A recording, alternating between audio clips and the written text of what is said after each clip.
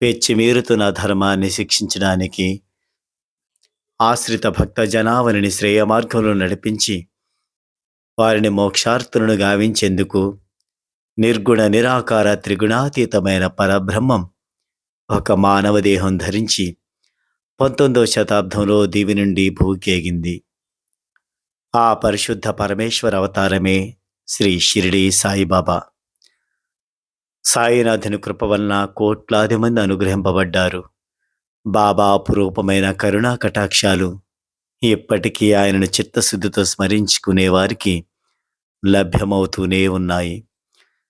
అయితే అందుకు కావలసింది నిరంతర చింతన, సదా స్మరణ, అనునిత్యం భక్తి విశ్వాసాలతో ఆరాధన. ఒక్క మాటలో చెప్పాలంటే మనం సాయి నిత్య భక్తులం కావాలి. భక్తులలో గురువారం భక్తులు కూడా ఉన్నారు. కేవలం సాయిని గురువారం మాత్రమే గుర్తుంచుకుని ఆరాధించడం, పూజాది కార్యక్రమాలను నిర్వర్తించడం, సాయి దేవాలయానికి వెళ్ళి కోరికలతో ప్రార్థన చేయడం, ఆ మర్నాడు మళ్ళీ సాయిని మర్చిపోవడం. సాయి సంపూర్ణ అనుగ్రహం నిత్య భక్తులకు మాత్రమే లభ్యం. గురువారం భక్తులపై వర్షించే సాయి కరుణా కటాక్షాలు అతి స్వల్పం. సాయి తనను ఏ విధంగా సేవించాలో చాలా స్పష్టంగా చెప్పారు. బాబా చెప్పిన ఈ వాక్యాలను ఇప్పుడు స్మరించుకుందాం.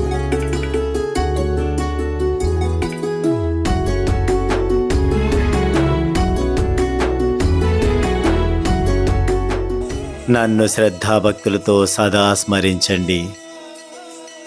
నన్ను నిస్వార్థంగా సేవించండి. మీకు అన్ని విధాల శ్రేయస్సు కలుగుతుంది. నిత్యం నా స్మరణ చేసేవారిని, నన్ను ఆరాధించేవారిని నేను తప్పక ఉద్ధరిస్తాను. ఇది నా వాగ్దానం.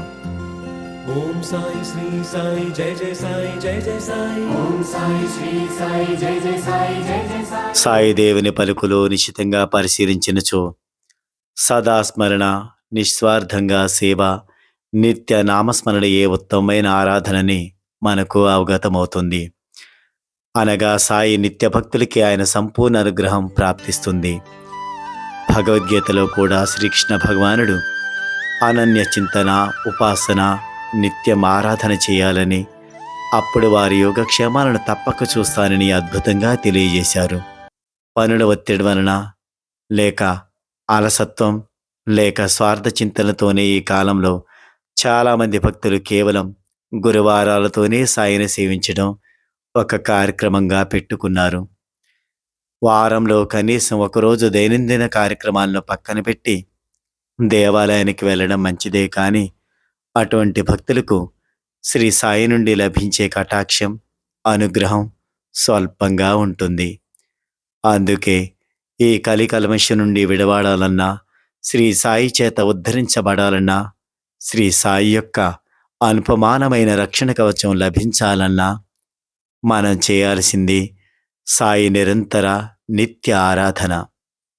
శరీరం ఏ కర్మ చేస్తున్నా మనసు దైవ విచారణలో, స్మరణలో, చింతనలో మునిగి ఉండాలి.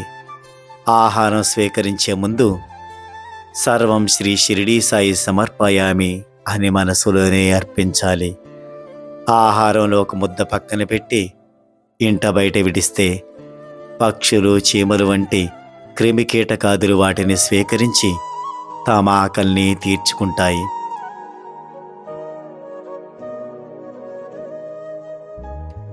మన భక్తి, ఆరాధనలు కేవలం గురువారాలకు మాత్రమే పరిమితం చేయక అన్ని రోజుల్లోనూ నిత్య భక్తుల వలె సాయిని సేవించడం, సాయి కరుణా కటాక్షాలకు పాత్రలవడానికి అతి సులభమైన మార్గం. సాయినాథ్ మహారాజ్కి